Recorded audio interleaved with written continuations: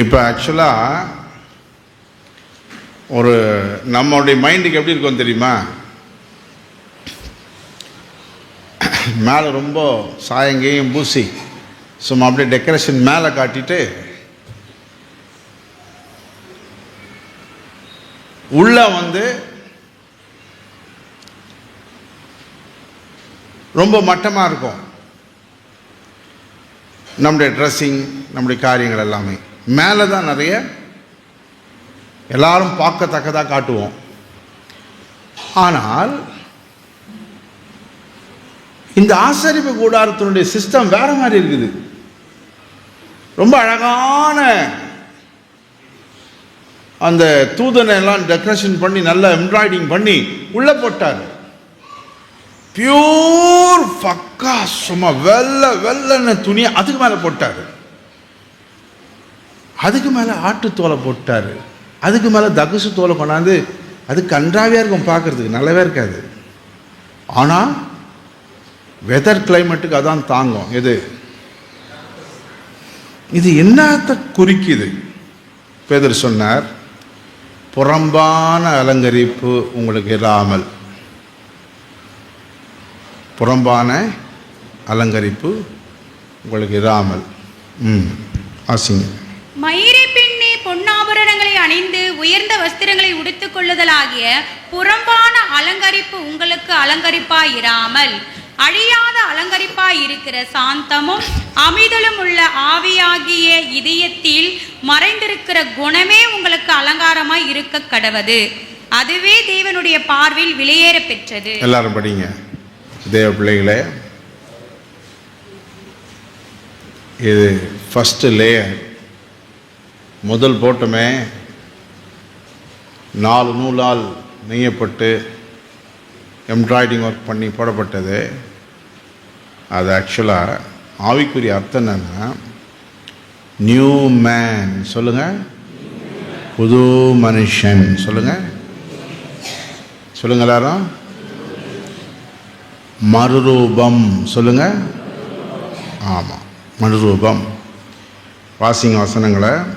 எபேசியர் 4:24.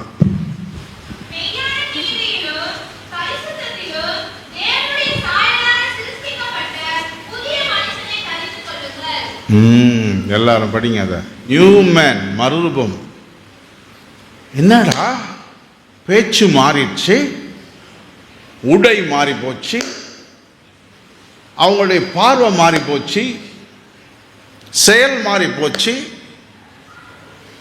எல்லாமே மாறி போச்ச. நான் சொல்லக்கூடாது, யார் சொல்லணும்? இவ்வுலகத்தில் பார்க்குறவங்க சொல்லுவாங்க. அல்லேலூயா சொல்லுங்க. 2 கொரிந்தியர் 3:18 வாசிங்க.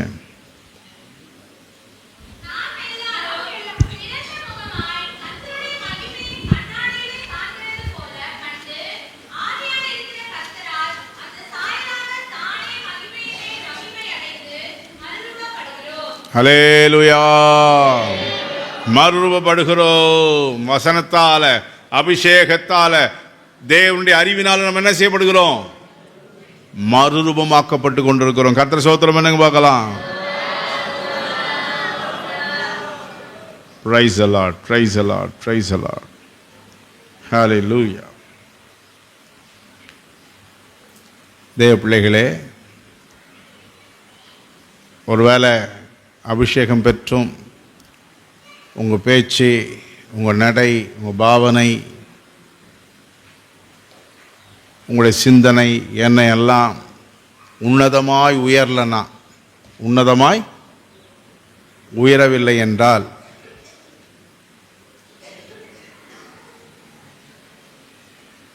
எபேசியர் 1 சொல்றார், அக்கிரமங்களிலும் பாவங்களிலும் மரித்தவர்களாய் இருந்த எங்களை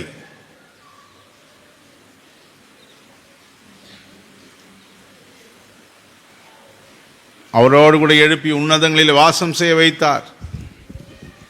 இயேசு கிறிஸ்துவுக்குள் நம்மை அவரோடு கூட எழுப்பி உன்னதங்களிலே அவரோடு கூட உட்காரவும் செய்தார். பூமியில் இல்ல, நம்முடைய எண்ணத்தை, ஏக்கத்தை உயர்ந்து எங்க கொண்டு போயிட்டாரு? உன்னதமாய் கர்த்தர் கொண்டு போயிட்டார். பூமிக்குரியதையே தேடின்னு இல்லை.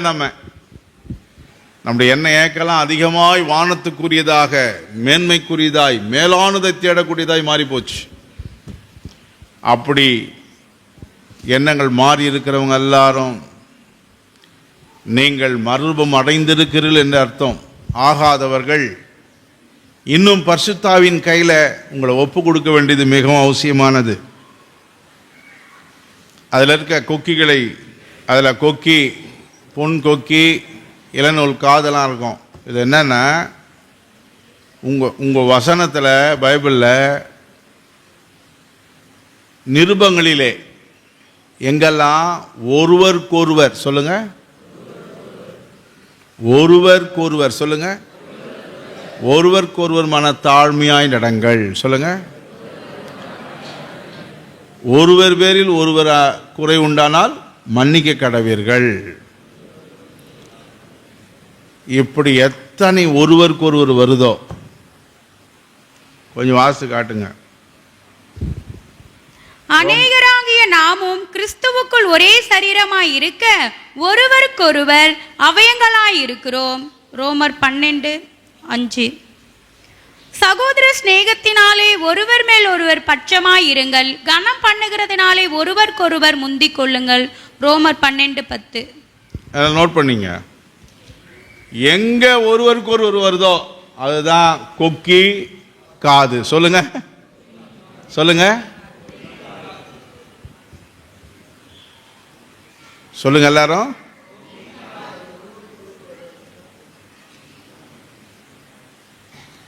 சகோதர சிநேகம் உள்ளவர்களாய் இருங்கள். ஒருவருக்கு குறைச்சல் உண்டானால் அதை தாங்குங்கள். இப்படி நிறைய உபதேசம் எழுதப்பட்டிருக்கோம்.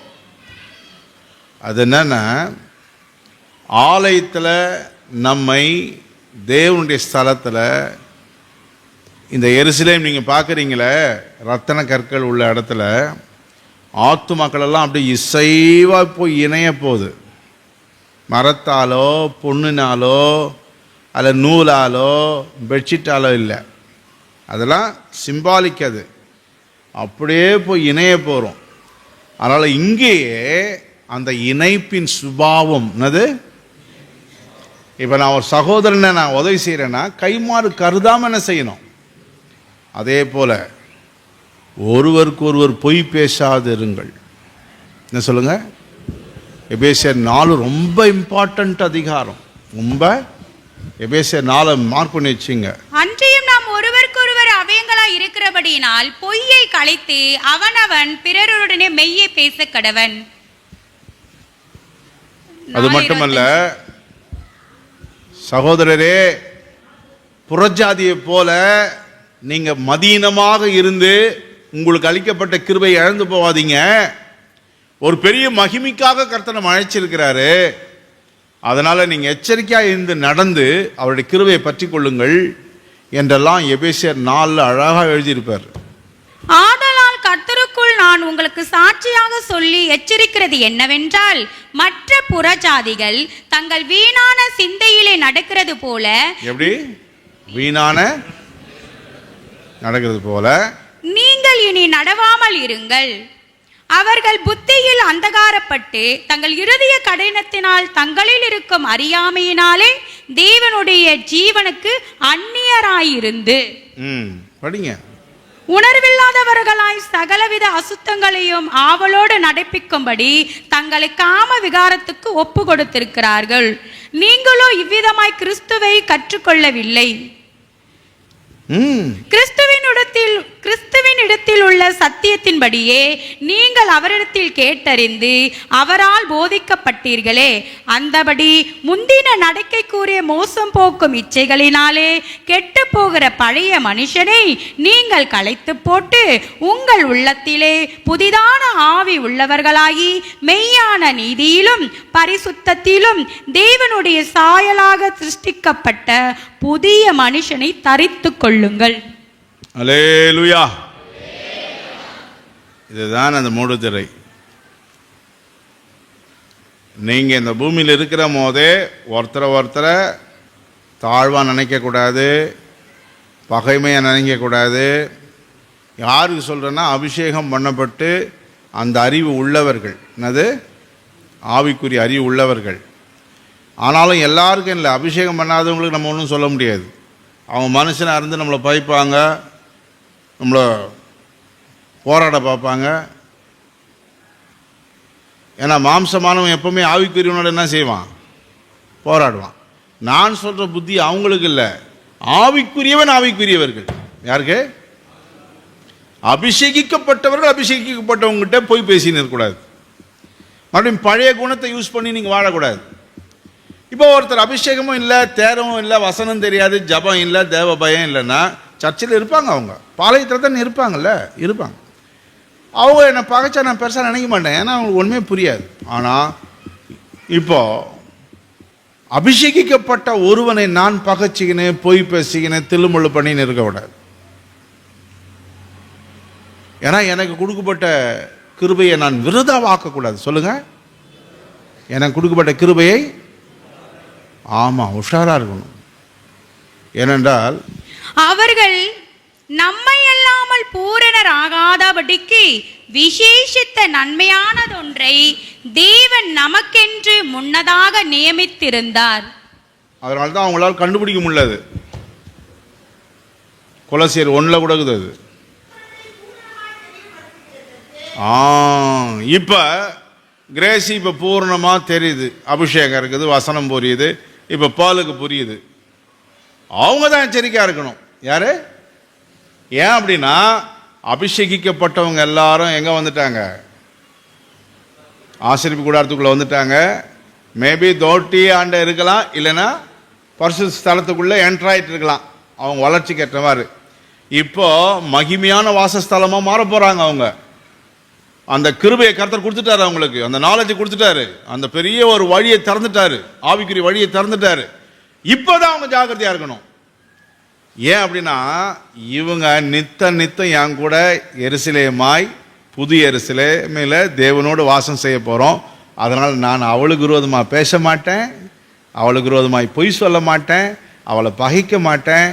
நோ நோ நோ, அவள் கிறிஸ்துக்குள் எனக்கு கூட நான் ஒரு அவையும் அவளும் ஒரு அவையும். சொல்லுங்க, அதான் இதையும் எழுதுறார். அவயங்கள் நாம் எல்லாரும் கிறிஸ்துவின் சரீரத்துக்குள்ளாக. இப்போ நான் பரிசுத்தவாடிகளை பார்க்கும்பொழுது எந்த எண்ணத்தில் பார்க்கணும் அப்படின்னா, என் கூட பிறந்தவன் வரப்போறானா இல்லையா தெரியாது. எருசலேமுக்கு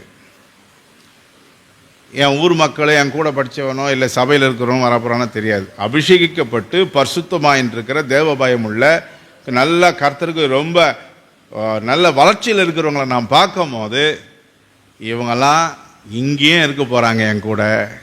எங்கே இருக்க போகிறாங்க? நான் சந்தோஷப்படணும். என்ன செய்யணும்? நீங்கள் எப்படி பார்க்கணும் அவங்கள? மனுஷனாக பார்த்துனக்கூடாது. யாரோ எந்த ஊர் விசுவாசியும் நினைக்கக்கூடாது. இல்லை இது அரும்பாக்கம் விசுவாசி, இது பொன்னேரி விசுவாசி நினைக்கக்கூடாது. எங்கள் கூட இயேசுவோடு கூட எருசலேமில் இருக்க போகிற ஒரு பரிசுத்தவாட்டி. இப்போது தேகத்தில் இருக்கிறாங்க, நான் பெண்ணாக பார்க்கல, நான் ஆன்மாவாய் பார்க்கிறேன். என் கூட இருக்க போகிற ஆத்துமா. ஹல்லேலூயா, ஸ்தோத்திரம் பண்ணுங்க. அதனால் அப்படிப்பட்ட அபிஷேகம் பண்ணப்பட்டு தெளிவாக வளர்ந்து கொண்டிருக்கிறவங்க எச்சரிக்கையாக இருங்க. இந்த சும்மா பகைக்கிறதோ பொய் பேசுகிறதோ இந்த மாதிரி கேவலமான வேலையும் செய்யாதீங்க. எதை யூஸ் பண்ணுங்க? கொக்கி காது. என்னது? ஒருவருக்கொருவர் சத்தியத்தை எங்க படிக்கிறீங்களோ அதை மனப்பூர்வமாக கீழ்ப்படிஞ்சிருங்க. ஏன்னா வாசஸ்தலமா மாறின்னு இருக்கிறீங்க. நானே தேவனின் வாசஸ்தலம். சொல்லுங்க பார்க்கலாம். அவர் எனக்குள்ள இருக்க போகிறார், நான் அவருக்குள்ள இருக்க போகிறேன். கர்த்தர் ஸ்தோத்திரம் பண்ணுங்க பார்க்கலாம். ஹல்லேலூயா, ஹல்லேலூயா. யோவான் 14 சொல்றார் ஏசப்பா இத, நான் என் பிதாவிலும் நீங்கள் என்னிலும் நான் உங்களிலும் இருக்கிறதை அந்நாளிலே நீங்கள் அறிவீர்கள். என் கை எடுத்துங்க, 2 கை எடுத்துங்க, இப்படி ஓத்துங்க. நானும் என் கூட பரிசுத்தம் அடைந்திருக்கிற பரிசுத்தவாட்டிகளும் பரிசுத்தவான்களும் இயேசுவும் பிதாவும் ஒன்றாய் இருக்கிறோம், ஒன்றாகவே இருக்க போகிறோம். ஸ்தோத்திரம் பண்ணுங்க. அதுதான் இந்த திரை நமக்கு என்ன செய்கிறது, வெளிப்படுத்துகிறது. இந்த ஜாயின்ட்ஸ் வெளிப்படுத்துகிறது. அது இல்லாமல் அது வாசஸ்தலத்தை மூடக்கூடிய ஒரு பொருளாக இருக்கிறதுனால நம்மை இப்போ புது மனுஷன் தரிச்சிக்கிட்டோமா, ஆவியானவர் இடம் கொடுத்து அவர் நம்மை புது மனுஷனாய் மாற்றி விட்டாரா, இல்லை ஓல்டு மனுஷனாக தான் இருக்கிறோமா? வாசஸ்தலத்துக்கு ஃபர்ஸ்ட் கிளாஸ் அருமையான ஒரு மூடி புது மனுஷன். சொல்லுங்க, பழைய மனுஷன் வேண்டாம். பழைய மனுஷன் வேணாம். பழைய மனுஷன் இச்சை, குரோதம், கோபம், கபடு, வஞ்சனை, துர்குணம், பொய், இதெல்லாம் ஒழிய முடியாக ஆசைப்படுறவங்க அப்படியே ஒப்பு கொடுத்து சோத்திரம் பண்ணுங்க பார்க்கலாம்.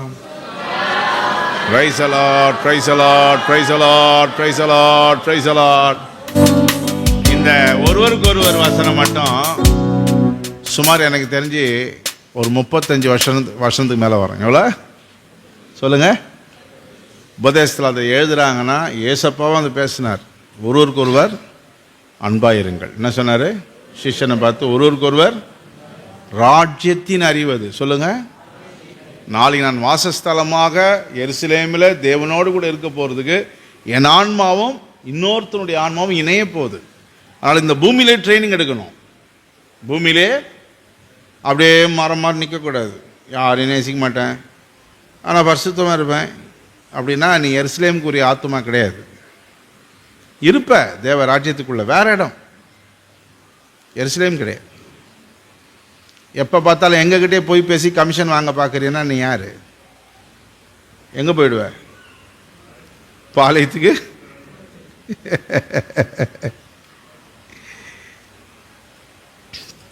தேவனுடைய ஆலயத்திலே வந்து பல காரியங்களை குழப்படி பண்ணணும்னு பார்த்தா என்ன ஆவ? எங்க இருப்ப? தண்டனையை சந்திப்பாய். என்னது? அல்லது உன்னை கெடுப்பார் அவர். உன்னை இதெல்லாம் மறந்துடக்கூடாது. எல்லாம் உங்களுக்கு சொல்லி கொடுத்தனே வரேன். கேர்ஃபுல்லாக இருக்கணும்.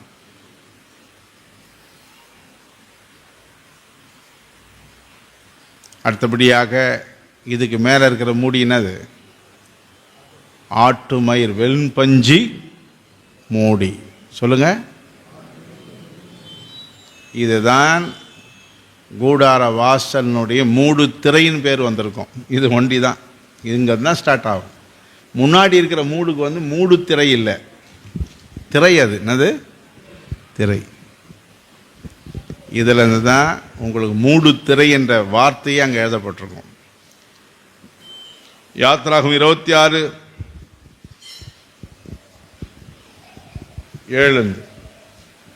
வாசஸ்தலத்தின் மேல் கூடாரமாக போடும்படி ஆட்டு மயிரினால் 11 மூடு திரைகளை உண்டு பண்ணுவாயாக. மேலும் திரிந்த மெல்லிய பஞ்சு நூலாலும் இளநூலாலும் இரத்தாம்பர நூலாலும் சிவப்பு நூலாலும் நெய்யப்பட்ட 10 மூடு திரைகளால் வாசஸ்தலத்தை உண்டு பண்ணுவாயாக. தேவஜனமே, எப்பவுமே நீங்கள் ஒரு நியூ மேனா மறுரூபமாகும் பொழுது நம்ம பாடுறோமே, இப்போ நம்ம மறுரூபமாகி ஆண்டவருக்கு அப்படியே ஆவியாக மேலே போயில்ல, மனதில் மறுரூபம். சொல்லுங்க, உள்ளத்தில் சரீர வாழ்விலே மறுரூபம். சொல்லுங்க, அந்த நடக்கை கிடையாது. சரீரத்துக்குரிய அந்த இச்சையை உண்டாக்கக்கூடிய வாழ்க்கை கிடையாது. சண்டை, மூர்க்கம், பிரச்சனையை உண்டாக்கக்கூடிய வாழ்க்கை நம்மகிட்ட கிடையாது. எல்லாம் ஒழிஞ்சு போச்சு. எத்தனை பேர் சரீரத்தில், தன் இதயத்தில், தன் மனதில் இப்படிப்பட்ட வாழ்க்கையை கர்த்தருடைய நாமத்தில் பரிசுத்தம் அடைந்து இருக்கிறீங்களோ, உங்கள் பேர் நியூ மேன். சொல்லுங்க,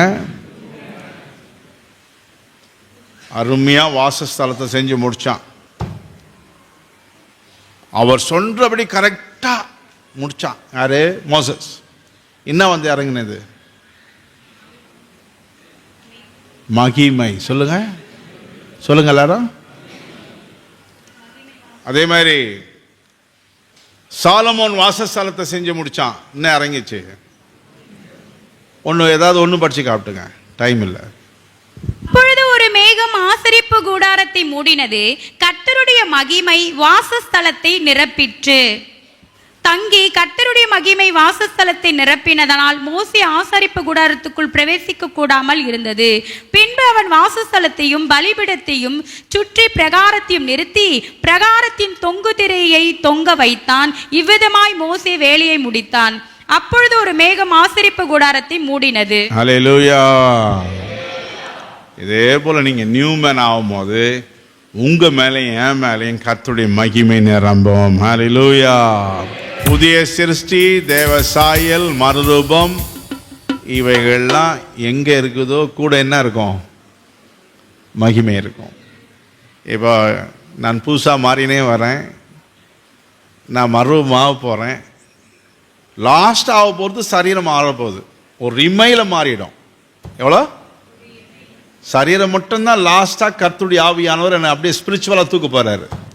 இதுக்கு முன்னாடி என் சரீரத்தன்மைகள்லாம் மாறி போச்சு, நடவடிக்கை மாறி போச்சு, பேச்சு மாறி போச்சு, சிந்தனை மாறி போச்சு, கெட்ட குணங்கள்லாம் மாறி போச்சு, கெட்ட எண்ணங்கள்லாம் மாறி போச்சு. சாந்தம், சமாதானம், எங்கே பார்த்தாலும் பரிசுத்தமான நடவடிக்கை காணப்படுது. அப்படின்னும் போது நாமே சந்தோஷப்படணும், நான் புதுசாக மாறினே இருக்கிறேன். ஹல்லேலூயா. அப்படி மாறுறவங்க உங்கள் மேலே மகிமை இறங்கினே இருக்கும். ஹல்லேலூயா.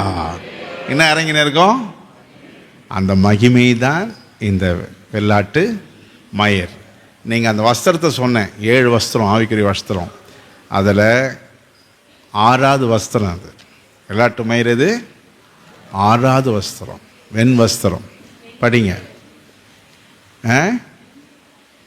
மெல்லிய வஸ்திரம் மறுரூபம் 7வது வஸ்திரம். அது 6வது வஸ்திரம், வெண் வஸ்திரம். ஜெயம் கொள்ளுகிறவன் எவனோ அவனுக்கு வெண் வஸ்திரம் தரிப்பிக்கப்படும். ஹல்லேலூயா.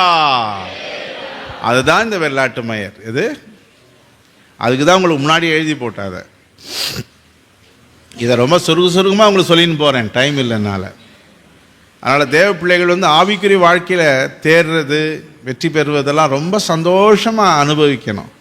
இன்னும் அதே பேச்சு, இன்னும் அதே கெட்ட வார்த்தை, இன்னும் அதே மாதிரி ஆணவமான சிரிப்பு, இன்னும் அந்த நடவடிக்கை இருக்கக்கூடாது. நம்ம கூட பழகிறவன் வித்தியாசத்தை சொல்லணும். அண்ணன் முன்ன மாதிரி இல்லை, இந்த பாப்பா முன்ன மாதிரி இல்லை, ஆள் மாறி போச்சு.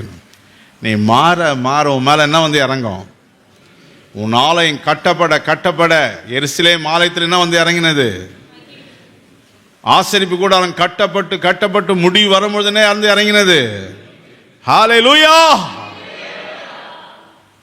இதுக்குரிய வசனங்கள் மட்டும் நீங்கள் எழுதிங்க, டக்கு டக்குன்னு படிக்கிறதுக்கு நேரம் இல்லை. 2 கொரிந்தியர் 5:16 நோட் பண்ணிங்க.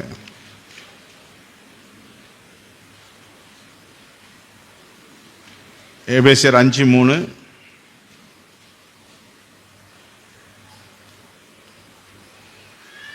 1 கொரிந்தியர் 12:13,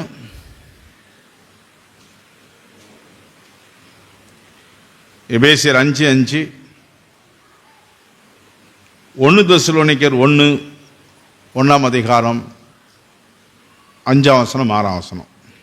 ஸ்தலத்தின் மூடின்னு சொன்னால் நீங்கள் என்ன நினைக்கணும்? மேல்மேலே என்னுடைய புதிய வாழ்க்கை சொல்லுங்க, புதிய மனுஷன், மறுரூபம் சொல்லுங்க, சொல்லுங்க, நியூ மேன் சொல்லுங்க, மறுரூபம். வெள்ளாட்டு மயிரை சொன்னோன்னே என்ன சொல்லணும் நீங்க? மகிமை சொல்லுங்க. இப்போ அடுத்தது சிவப்பு தீர்த்த ஆட்டுக்கடா தோல். அப்படி இந்த வாசஸ்தலத்துக்கு மூடிதது.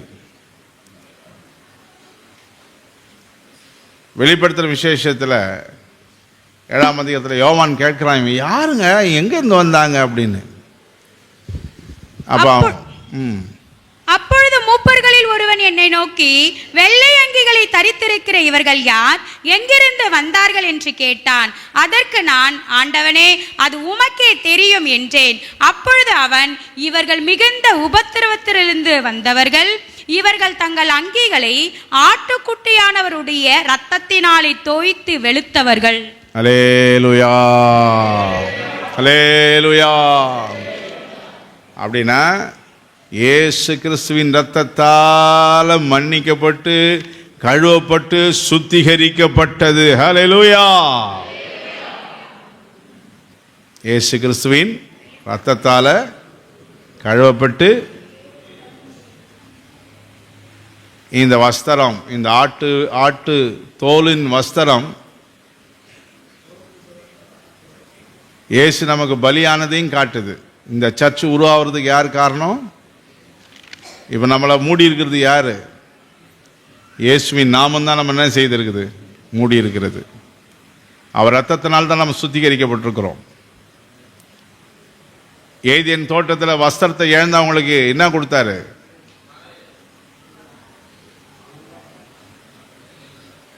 இலையை மூடிந்தவங்களுக்கு என்ன கொடுத்தாரு? தோலுடைய கொடுத்தார்ல. தோலுடைய கொடுத்தாருன்னா அப்போ மிருகம் சாட்சி செத்துருக்கோம்ல. அன்னைக்கே மிருகங்கள் செத்தது. இன்றைக்கு இயேசு கிறிஸ்து நம்மை மூடி இருக்கிறார். அவர் இரத்தத்தால் சுத்திகரிக்கப்பட்டிருக்கிறோம். பாவங்கள் மன்னிக்கப்பட்டு நாம் பரிசுத்தமாக இருக்கிறோம் என்ற உறுதி, தைரியம் இந்த மூடு திரையிலிருந்து நமக்கு கிடைக்கிறது. இயேசு கிறிஸ்து இந்த வாசஸ்தலத்தை அப்படியே மூடி இருக்கிறார். ஹல்லேலூயா. Praise the lord. இதுதான் சிவப்பு தீர்த்த சொல்லுங்க. அப்ப மகிமையும் புதிய மறுரூபமும் புதிய மனுஷனும் ஒரு பூர்ண பரிசுத்தவான் எப்படி உருவாவன்னா இயேசு கிறிஸ்துவின் ரத்தத்தால் மன்னிக்கப்பட்டு சுத்திகரிக்கப்பட்டவன் தான் என்னவா இந்த மகிமைக்குள்ளே வர முடியும். ஆகவே இதெல்லாம் கேட்குற நீங்கள் இன்னும் குறையோடவே இன்னும் குற்றத்தோடவே இருந்தீங்கன்னா நீங்கள் இந்த கிருபைக்கும் இந்த அறிவுக்கும் அந்நியராகவே நீங்கள் வாழ்ந்துட்டு போயிடுவீங்க. புறஜாதி மாதிரி தான் இருப்பீங்க. அதனால் நல்ல முடிவை நீங்கள் எடுத்துக்கினே இருக்கணும். நல்ல முடிவு, சரியான தீர்மானம் எடுக்கணும். அசாட்டையாக இருந்துட்டு போயிடக்கூடாது. நமக்கு என்னென்ன கிடைச்சிருக்குதுன்னு கொஞ்சம் வாசிங்க.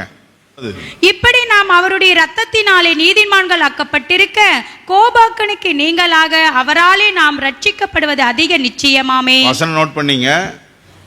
அவர் சிலுவையில் சிந்தின இரத்தத்தினாலே சமாதானத்தை உண்டாக்கி என்ன உண்டாக்கினார் நமக்கு?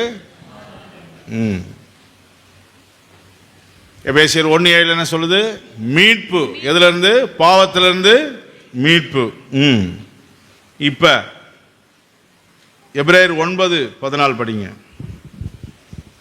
நித்திய ஆவியினாலே தம்மை தாமே பழுதற்ற பலியாக தேவனுக்கு ஒப்பு கொடுத்த கிறிஸ்துவினுடைய ரத்தம் ஜீவனுள்ள தேவனுக்கு ஊழியம் செய்வதற்கு உங்கள் மனசாட்சியை செத்த கிரிகள் அற சுத்திகரிப்பது எவ்வளவு நிச்சயம்.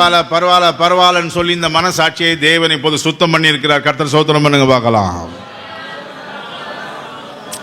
பரவாயில்ல, சினிமா பார்த்தா பரவாயில்ல, இது பார்த்தா பரவாயில்ல, கெட்ட வார்த்தை பேசி பண்ண பரவாயில்ல, அங்கே போனால் பரவாயில்ல, இங்கே போனால் பரவாயில்லன்னு அவங்களுக்குள்ளே சொல்லின்னு இருப்பாங்க.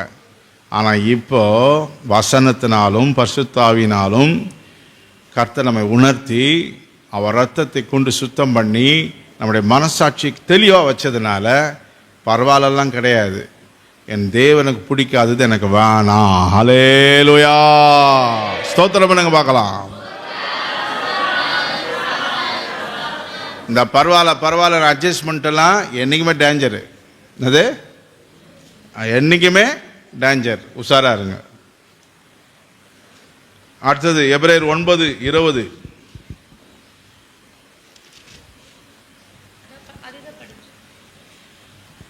தேவன் உங்களுக்கு கட்டளையிட்ட உடன்படிக்கையின் ரத்தம் இதுவே என்று சொன்னார். இப்ப நமக்கு ஒரு உடன்படிக்கை ரத்தத்தை கொடுத்துட்டார். பாதுகாப்பு ரத்தத்தை வச்சு நமக்கு உடன்படிக்கை பண்ணியிருக்கிறார். என்ன பண்ணியிருக்காரு? ஆமாம். அதனால் நமக்கு ரொம்ப கேரண்டி இருக்குது. நாம் இனி பாவியும் கிடையாது, பாவத்துக்கு அடிமைப்பட்டவங்களும் கிடையாது. நமக்கு ரத்தத்தை ஊற்றி விடுதலையை உடன்படிக்கை பண்ணியிருக்கிற தேவனை நாம் ஸ்தோத்திரம் பண்ணுவோம். அதில் 10:20 வாசிங்க. அந்த மார்க்கத்தை பாலத்தின் வழியாய் பிரவேசிப்பதற்கு அவருடைய ரத்தத்தினாலே நமக்கு தைரியம் இப்ப உண்டாயிருக்கிறது. தைரியம் வந்திருக்குது. பாளையத்துல இருந்த நான் மனம் திரும்பிட்டேன், அறிக்கை செஞ்சிட்டேன், இப்ப பலிபீடத்துக்கு வரேன். ஆஹா, இயேசு என் பாவத்தெல்லாம் மன்னித்திருக்கிறார், என்னை சுத்திகரிக்க அவர் உண்மை உள்ளவராக இருக்கிறார். உங்கள் பாவத்தை மன்னித்து சுத்திகரிப்பதற்கு அவர் உண்மை உள்ளவராய் இருக்கிறார். அப்போ இனிமேல் நான் பாவம் கிடையாது, இனிமேல் நானும் பாவத்தை நோக்கி போக மாட்டேன் அப்படின்னு சொல்லி தைரியமாக எங்க கால் எடுத்து வைக்கிறேன். பிரமாணத்தில் செத்து போவான்னு சொன்னாங்கல்ல, இப்ப என்ன செய்யறேன்? பிரகாரத்தில் கால் வச்சு ஒன்னொன்னையும் பார்த்து ஸ்தோத்திரம் பண்ணி அப்படியே பரிசுத்த ஸ்தலத்தில் என்ன செய்யறேன்? கால் வச்சு வாழ ஆரம்பிச்சிட்டேன், பரிசுத்தமாயிட்டேன். இப்போ மகா பரிசுத்த ஸ்தலத்துக்கு தான் போறேன். எந்த நிமிஷம் மத்திய வானத்திலிருந்து வந்து கூப்பிட போறாரோ அப்ப பறக்க போறேன். ஹல்லேலூயா. இந்த தைரியம் எதனால வந்தது? ஸ்தோத்திரம் பண்ணுங்க எல்லாரும்.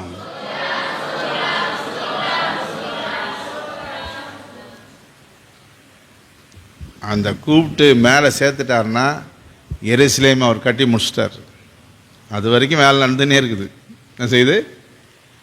நியூ ஜெருசலேம் ரத்தனத்தினால் உருவாக்கப்பட்டிருக்குதுல்ல, ஆனால் அதனுடைய மூலப்பொருள் வேலை நடந்துன்னே இருக்குது ஒவ்வொரு சர்ச்சிலையும். இப்போ அது எப்போ முடிவடைய போகுதுன்னா, மத்திய வானத்தில் என்னைக்கு சேர்க்கிறாரோ அன்னைக்கு முடிஞ்சு போச்சு. கர்த்தரை ஸ்தோத்திரம் பண்ணுங்க பார்க்கலாம். எபிரேயர் 13:12. அந்தபடியே இயேசுவும் தம்முடைய சொந்த இரத்தத்தினாலே ஜனத்தை பரிசுத்தம் செய்யும்படியாக நகர வாசலுக்கு புறம்பே பாடுபட்டார்.